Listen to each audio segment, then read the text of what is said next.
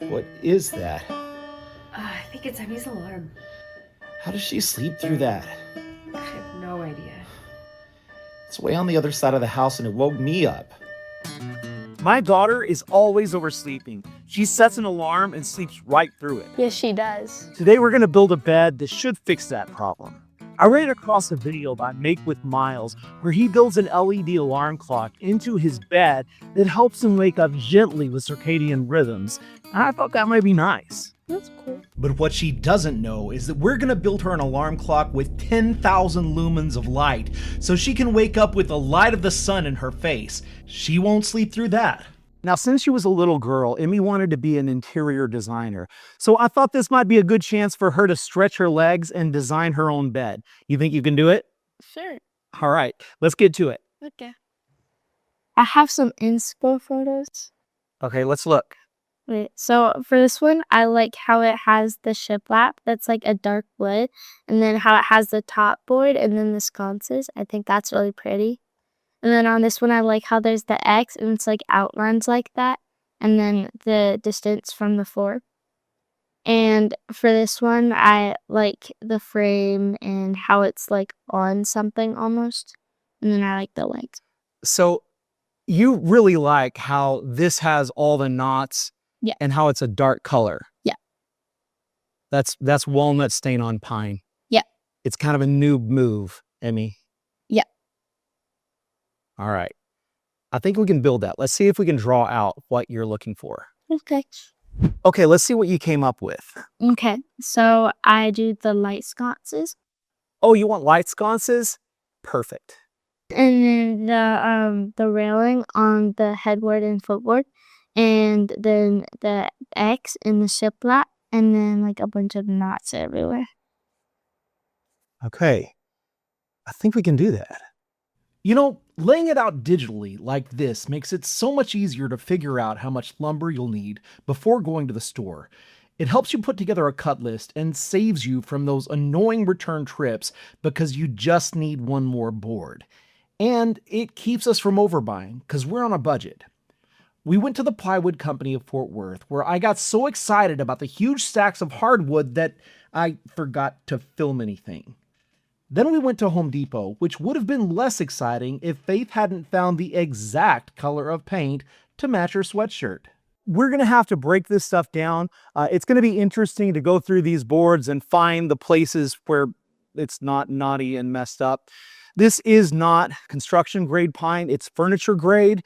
And for the rails, because we didn't want any knots, we spent the money on these super expensive ones you get from Home Depot that I never buy. But it's all pine, and I think it's going to look fine. That rhymed. It rhymed? Yeah.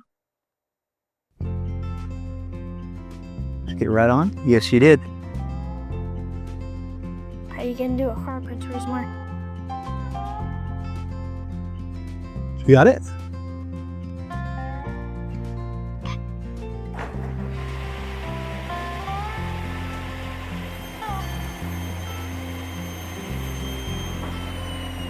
Let it stop.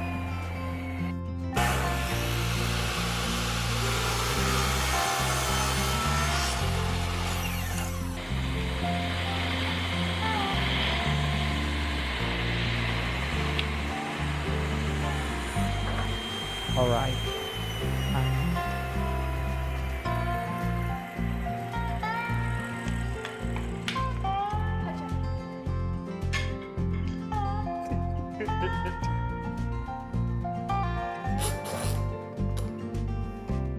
I wish I could spend all my time in the shop with the girls. Well, okay, maybe not all my time, but more. The thing is, I get a lot more done when they're not around. It's faster, but it's just not as much fun. And I think you see that when we work together. All right. Now I've got something to figure out because I've got to route out a slot here, but also here, and they're not online.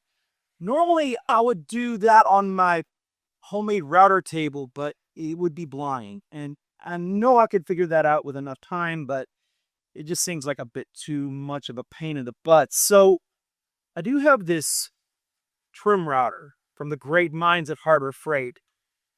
and it has done nothing but screw me over in the past, but maybe today will be different. Wish me luck. It started off fine. Little plunge cut, little routing, no problems at all. But on the next cut,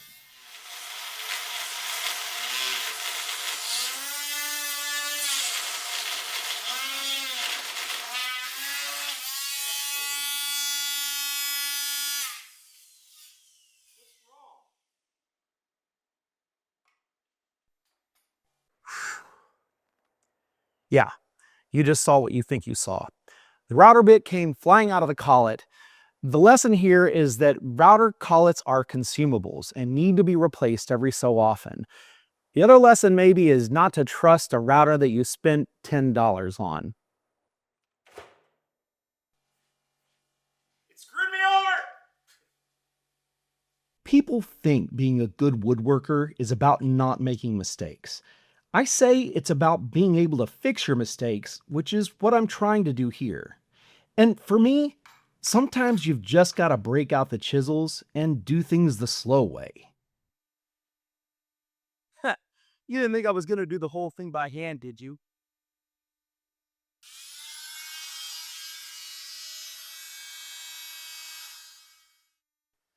Okay, guys, you've got your stain. Did you read the directions? All right, this is the most fun part of the build. I'll see you later.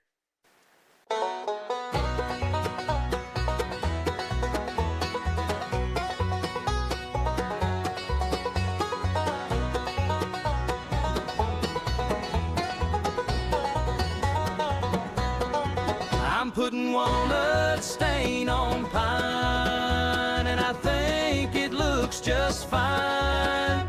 The real wood boys can have their fancy trees. I'm making furniture with total ease. It's got that country soul, that rustic glow. Even if the experts say it's a no-go, yeah, it's walnut stain on pine, and it looks better than a glass of wine.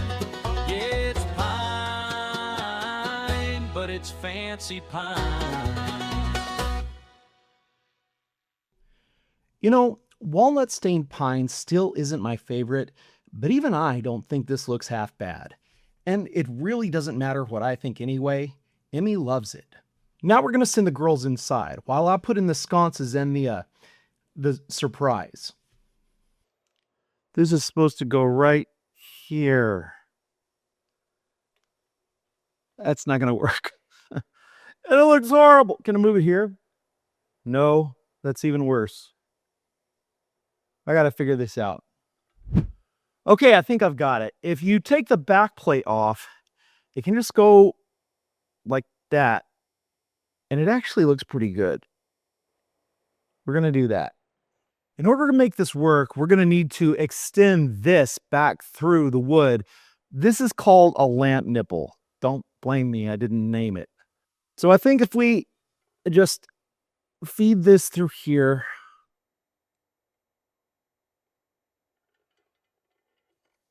screw it in. That should work, I think. We'll give it a shot. Putting this piece in gives me a great chance to tell you about this video's sponsor, Metmo, and their pocket grip. It's based on a 1913 design, but perfected by Metmo in 2026, and it's a premium tool. The pocket grip is a 6-in-1 powerhouse. It's a locking wrench, a clamp, pliers, hex driver, tap, and snipper, all machined with an obsession for detail usually reserved for aerospace components. Whether you choose the lightweight aluminum like I have, the hardened stainless steel, or even the grade 5 titanium, you're carrying a masterpiece of mechanical advantage. Metmo believes in this so much that they have a 200-year guarantee on the product.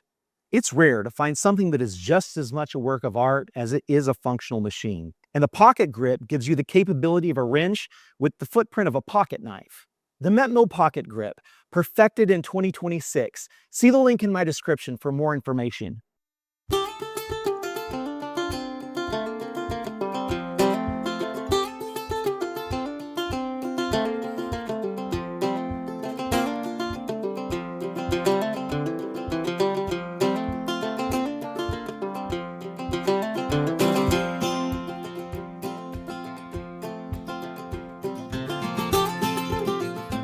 this may be where you're expecting me to start programming Arduinos. No. I have a smart plug.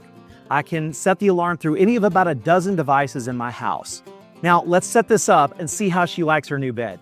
All right, you ready to see your new bed? All right, let's go. Oh my gosh. You like it? It looks so good. I'm glad you like your bed. I love you. Alright. Well, she likes it, but she still hasn't seen the alarm. I wonder what 10,000 lumens looks like at 6 in the morning.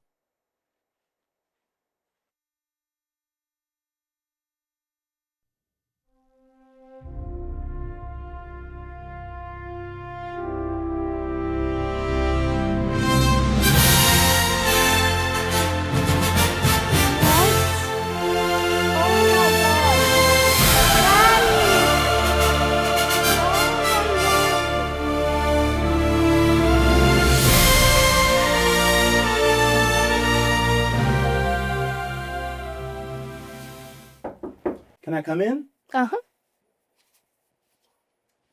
Hey, I wanted to talk to you. I felt like the lights this morning might have been a little brutal. Nah, they were fine. Really? Why do you have them on now? They're my study lights. We could change them out for some regular light bulbs, you know. I like these. Okay, well, I'm glad. I want to thank you for watching this video, and thanks especially to my Patreon subscribers who make everything we do possible. Also, a special thanks to Metmo for sponsoring this video, and I will see you on the next episode of Worst Workshop.